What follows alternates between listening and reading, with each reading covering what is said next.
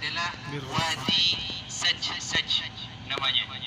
Wadi ini dari sebelah sana sampai ujung sana ini dinamakan dengan Wadi Saj. Wadi itu apa sih? Kayak lembah. Ya, ini satu lembah di antara Leke. Naam, Leke. Jadi ini ada satu lembah di tengah-tengah gunung ya. Di pinggir semua gunung, dan ini dinamakan dengan lembah Sajjad. Apa itu lembah Sajjad? Kata Rasulullah, lembah ini adalah salah satu lembah surga. Bayangkan, lembah ini adalah salah satu lembah surga, kata Nabi Muhammad SAW.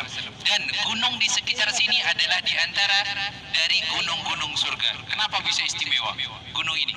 Karena dahulu ketika Nabi Musa pun dulu pernah melaksanakan ibadah haji. Ketika Nabi Musa itu melaksanakan ibadah haji, maka Nabi Musa itu melewati lembah ini. Lembah dari sebelah sana sampai ke situ. Itu kan arah Makkah di sebelah sana. Makkah itu di sebelah sana. Jadi ini adalah tempat di mana Nabi Musa itu melaksanakan perjalanan dengan 70 alfa Banu Israel. 70.000 Banu Israel yang dibawa oleh Nabi Musa untuk melaksanakan ibadah haji pada saat itu. Kenapa? Ketika Nabi Musa itu melaksanakan ibadah haji sambil bertalbiyah Nabi Musa alaihissalam, lalu lembah-lembah gunung di sekitar sini itu mengikuti talbiyahnya Nabi Musa alaihissalam. Itulah keistimewaan dari gunung-gunung ini. Itu sebabnya Nabi Muhammad mengatakan bahwasanya gunung di antara lembah Sajjad itu adalah gunung-gunung surga. Karena selalu berzikir kepada Allah Subhanahu wa taala. Dan lembah ini juga 3 kali Rasulullah melewati lembah ini. Luar biasa kan? Lembah ini dari sebelah sana, intinya sana Madinah, di sana Makkah. Di tengah-tengah ini adalah lembah. Wallahu a'lam. Di sebelah mana Rasulullah lewat? Di sebelah sana kah? Di sebelah sini kah? Atau di dekat-dekat sini? Intinya di lembah ini Rasulullah pernah lewat 3 kali. Yang pertama, ketika Rasulullah itu melaksanakan hijrah dari kota Makkah menuju Madinah, lewat jalan ini adalah Thariqul Hijrah. Ya, salah satu dari tempat Nabi Muhammad yang melewati hijrah dari Mekah ke Madinah. Yang kedua, ini terjadi Rasulullah lewat tempat ini ketika terjadinya perang Asadul Hamra namanya, yang kita kenal dengan perang Badar Sughra, perang Badar yang pertama, atau nama lainnya dari perang tersebut adalah Ghazwat Asadul Hamra. Dan di perang itu ada 2 sahabat Rasulullah yang mati syahid. Dan semuanya, luar biasanya tempat ini, semuanya 2 sahabat Rasulullah itu yang mati syahid, semuanya ada di sini.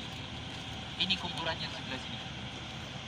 Ya, itu ada yang ditembak kuning itu di belakang dari sumur ini ada tembok kuning. Di dalam tembok kuning ini ada 2 kuburan sahabat Rasulullah yang dikebumikan di sana, yang kita sebut dengan syuhada Rauha. Ya, syuhada Rauha, karena dekat dengan sumur Rauha. Yang ketiga, Rasulullah itu lewat sini ketika melaksanakan haji. Rasulullah pernah lewat sini ketika melaksanakan haji. Dan nantinya, kata Rasulullah, yang akan lewat sini juga ketika melaksanakan haji itu adalah Nabi Isa alaihissalam. Nabi Isa nantinya akan melaksanakan haji mengambil mikot di masjid yang ada di Rauha. Masjid atau musalla yang ada di Rauha itu cuma 2. Satu ini, di sini Rasulullah alhamdulillah pernah salat di sini. Dan satu lagi Rasulullah pernah salat di satu tempat di sana. Di sebelah sana, karena kita nggak berhenti tadi di sana, itu ada namanya, saya lupa namanya, dan itu juga ada tempat salatnya Rasulullah, tapi tidak dibangun seperti ini. Dia cuman kayak ditandai batu-batu seperti itu. Disitulah Rasulullah pernah salat. Jadi ihtimal 2 tempat di mana Nabi Isa alaihissalam ketika diturunkan kembali oleh Allah Taala nantinya akan salat di 2 tempat ihtimal. Ya, kemungkinannya. Kalau enggak di sini, maka di masjid sebelah sana. Dekat, jaraknya itu dekat. Cuman mungkin hampir 1 kiloan jaraknya dari sini. Tempat apa ini namanya?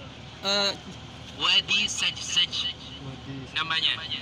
Ini namanya wilayah Wadi Sajjaj. Semua wilayah ini. Lebih tepatnya ini adalah tempat makan Bi'r Rauha, tempat sumur Rauha. Ar-Rauha. Istimewanya lagi, yang pernah lewat sini ini semuanya, wallahu a'lam sebelah mana, bisa di sebelah sana, bisa sebelah sana. Intinya di sekeliling yang dikelilingi oleh gunung-gunung di sekitar sini, itu ada 70 nabi yang pernah salat di sini, yang pernah lewat di sini. Semua 70 nabi itu pernah lewat di sini, pernah mencicipi Bi'r Rauha, dan juga 70 nabi itu pernah salat kata Rasulullah di masjid apa yang di Mina itu, masjid apa? Di Mina itu masjid apa namanya? Masjid apa tuh? Masjid Khaif. Kata Rasulullah, marra fi tariqir Rauha wa shalla fi masjidil Khaif 70 nabiyyan. Pernah lewat di antara Wadi Rauha ini dan juga pernah salat di Masjid Khaif, jumlahnya 70 nabi, minhum Musa alaihi salam. Di antara nabi-nabi itu adalah Nabi Musa alaihi salam. Dan itulah keistimewaan dari tempat ini. Dan juga katanya saya tadi, silahkan sholat di tempat ini, karena di tempat ini Rasulullah pernah sholat. Wallahu a'lam. Intinya di sebelah mana Rasulullah sholat, di pojok sini ke sebelah sana, di tengah-tengah. Intinya tempat ini adalah tempat yang barakah, yang pernah ditempati oleh Nabi Muhammad sallallahu alaihi wasallam. Kejadian istimewa. Ada satu kejadian istimewa ketika Rasulullah sedang Rauha. Kata-kata Rauha itu diambil dari kata roha. Roha bahasa Arabnya itu istirahat, ya, menenangkan diri. Roha itu intinya istirahat. Artinya Rasulullah kafilah. Kenapa dinamakan tempat ini adalah Roha? Karena kafilah yang melakukan perjalanan dari manapun, baik dari Makkah menuju Madinah, Madinah menuju Makkah, maka ini adalah tempat istirahat bagi mereka. Dekat dengan sumur. Mereka kan dulunya nggak ada AC, nggak ada apa, pembawaan bekal pun juga minimal, ya kan. Jadi di sini dekat dengan sumur, di sini tidak begitu tandus, tidak begitu panas seperti yang lain. Maka ini adalah tempat yang strategis untuk dijadikan tempat istirahat. Makanya dinamakan Rauha. Oleh sebab itu dahulu Ummu Aiman itu adalah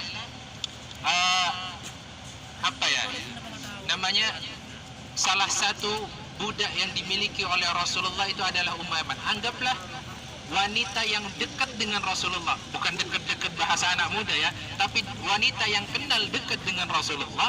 Itu adalah salah satunya Ummi Aiman. Ummi Aiman ketika hijrah dari Makkah menuju ke Madinah, beliau sendiri, bayangkan, tidak membawa bekal yang terlalu banyak. Beliau sendiri dari Makkah menuju Madinah lewat jalan ini. Dan ketika di sini, maka Ummu Aiman itu sangat lemas karena makanan sudah habis, air sudah habis. Karena Ummu Aiman itu adalah wanita yang keimanannya itu besar kepada Allah Ta'ala, maka Allah Ta'ala memberikan keistimewaan kepada Ummu Aiman. Apa keistimewaannya? Apa itu?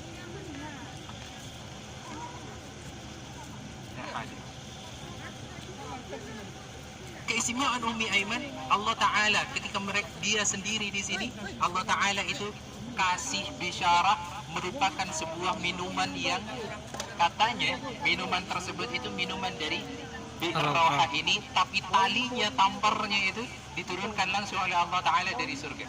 Masya Allah. Terjadinya di area sekitar sini, qarib bin Bi'r Rauha, dekat dengan Bi'r Rauha. Nantinya, cukup sekian. Nantinya insya Allah saya akan lanjutkan ceritanya mengenai tempat ini, keistimewaan semuanya di dalam bis saya. Insya Allah semoga semuanya dapat berkah dari Nabi Muhammad sallallahu alaihi wasallam. Karena kita kesini bukan hanya untuk main-main, bukan hanya untuk vacation, jalan-jalan, tidak, tapi kita tatabbu' bi athari Rasulillah, mengikuti tempat-tempat ataupun jalan yang pernah dijalani oleh Rasulullah sallallahu alaihi wasallam. Pada intinya kita melakukan ini dengan ihya'us sunnah, menghidupkan sunnahnya Nabi Muhammad sallallahu alaihi wasallam. Semoga dengan itu kita mendapatkan barakah yang banyak dari Nabi Muhammad sallallahu alaihi wasallam.